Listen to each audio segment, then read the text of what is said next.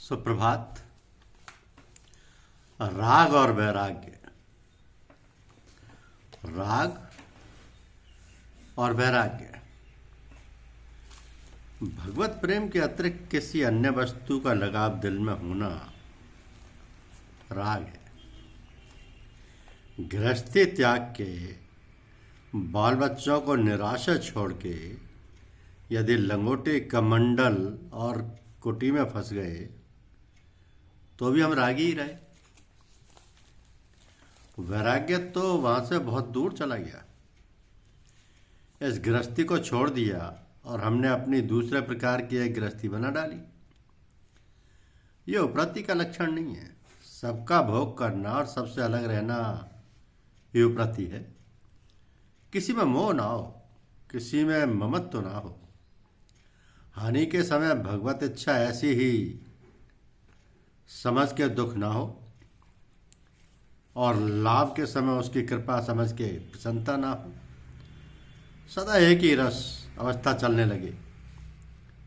ये ऐसा साधन उपरति कहलाता है। उपरति में सफल होने वाला साधक चाहे घर में रहे और चाहे वन में रहे, उसके लिए एक जैसे ही है। उनमें से कोई उसके बंधन का कारण नहीं बनते।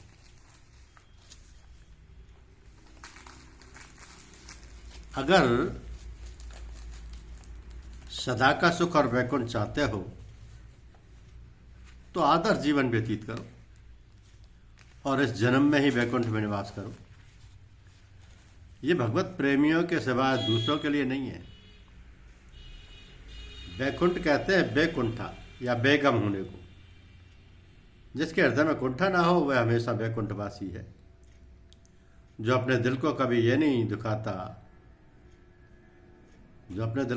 दुखाता वो वैकुंठ में ही रहता है। तो जितना और जितने समय तक अपने दिल को नहीं दुखाता वह उतने ही समय तक वैकुंठ में निवास करता है। दिल किसका नहीं दुखता, अब ये सवाल पैदा होता है।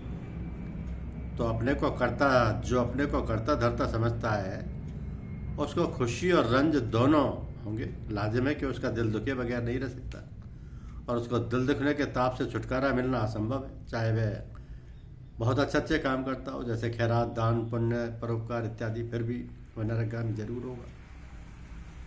और उसकी गणना सांसारिक में होगी, क्योंकि वह हर एक काम को करने के पहले फल की आशा बांध लेता है। और जब फल उसकी इच्छा अनुसार पूरा नहीं उतरता तो उसे अवश्य दुख होगा। तो फल की आशा अपने ख्याल के मुताबिक बांध दी जाती। एस्टिमेट अपने फर्जी तखमीने को कहा जाता है, जिसमें हमेशा गलती और कमी बेशी का होना लाजमी है। धन्यवाद।